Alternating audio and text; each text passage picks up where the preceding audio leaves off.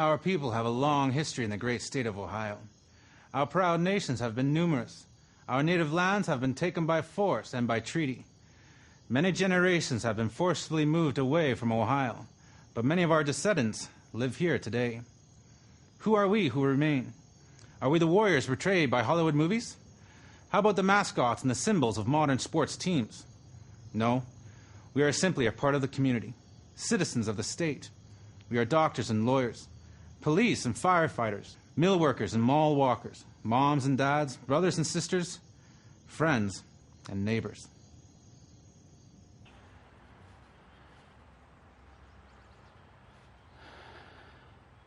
Wherever you look in Ohio, you'll still find the influence of Native Americans.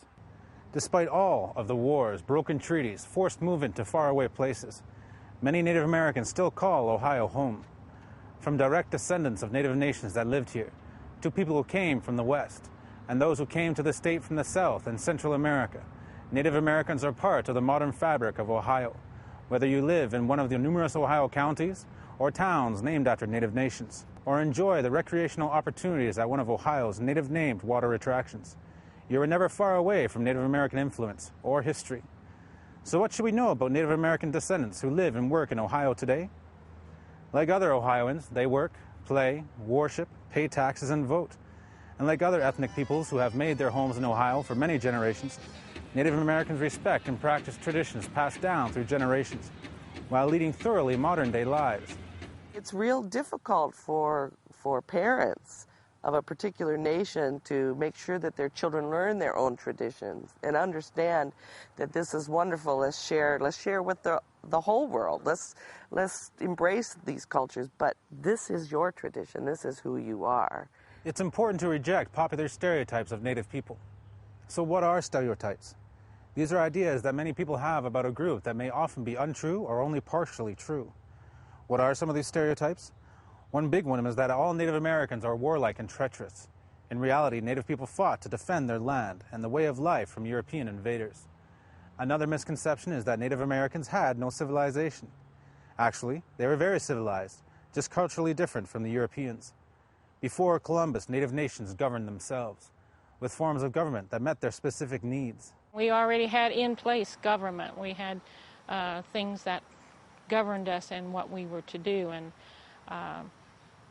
a lot of it's been lost because when the Europeans, Asian, whatever, have come here, they wanted to impose their ways on us.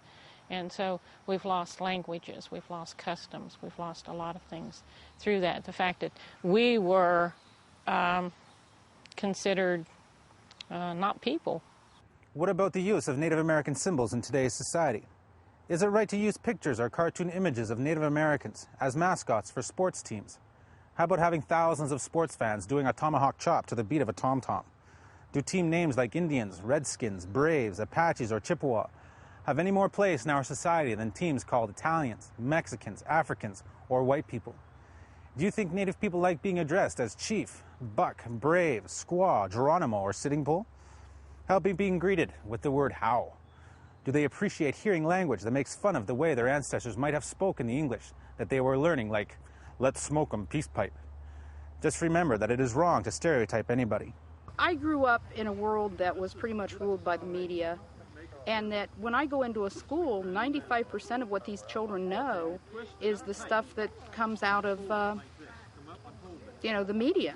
And so even Native children themselves and Native families themselves have bought into the media stereotypes. And that colors their lives. It truly does. And that's one of the reasons that, doing what we're doing here is so important.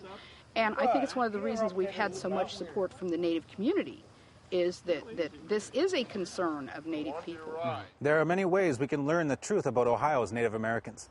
We can read well-written books that tear down the stereotypes of how Native people live, dress, and worship. We can even attend gatherings of Native people, commonly called powwows, but better called family gatherings. At these events, we can learn about real Native music, dance, and other costumes. We can learn more when we visit Ohio's Native American museums, parks, and monuments. I teach nature. That's what I do here at the Nature Center here at Oglebay for a living. And part of studying nature is being observant And being observant is what the ancient people have done for thousands of years. And it's a conversation, yes. If you can hear it, you can hear what the world is telling you, what the natural plants and animals are telling you. It takes a certain perception, a little bit of ways of just hearing. You can read a lot about it. You can learn a lot about it in the schools and everything. You can learn from friends. It's everywhere. It's everywhere. Take a close look at the Ohio map. You already know that Native nations and people are represented from lake to river and border to border in the names of Ohio cities, towns, and counties. But do you know why these places have these names? Do you think about the Battle of Fallen Timbers when you eat a hamburger at Ohio Turnpike's Fallen Timbers Service Plaza? How about the Sandusky when you're having fun at Cedar Point near the city of the same name? Or the Fort Ancient people when your family is heading down Interstate 71 to Kings Island?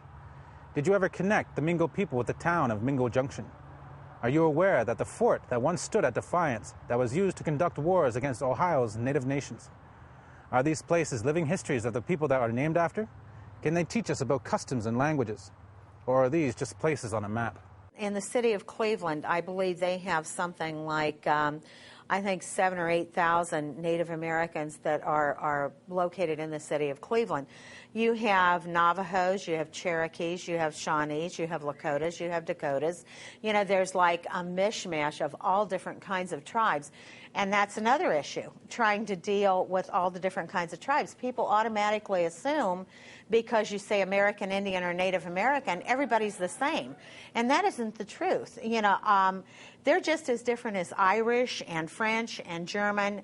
They're different nations, they're different peoples, and they're just, you know, they have different customs, different traditions. And so, you know, you're dealing with all...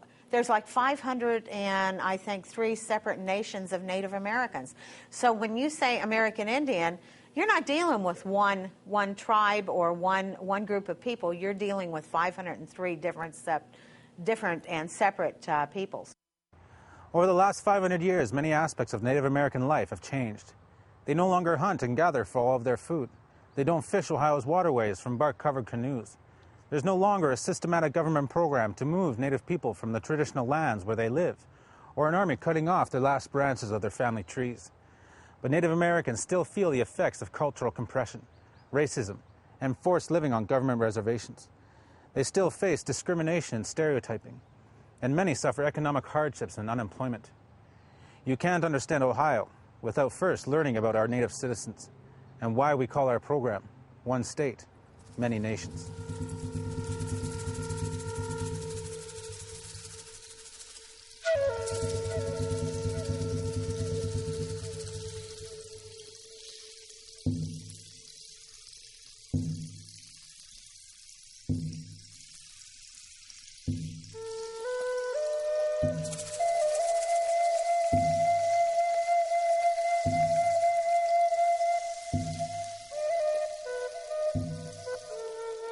Nei hade wai ho kian to song gwa di so song gwa we gano hnya. Nei endwe he ki ya ska ndwa ya hwa ni go ha. Ska den dwa no no ni ga ni to hwa ni go ha. Da nei ndwa tro we sa ho wen za de no ha den no ho kwa nei go to sa ni ha. Dio ti no ho nyo ni ga ni to hwa ni go ha.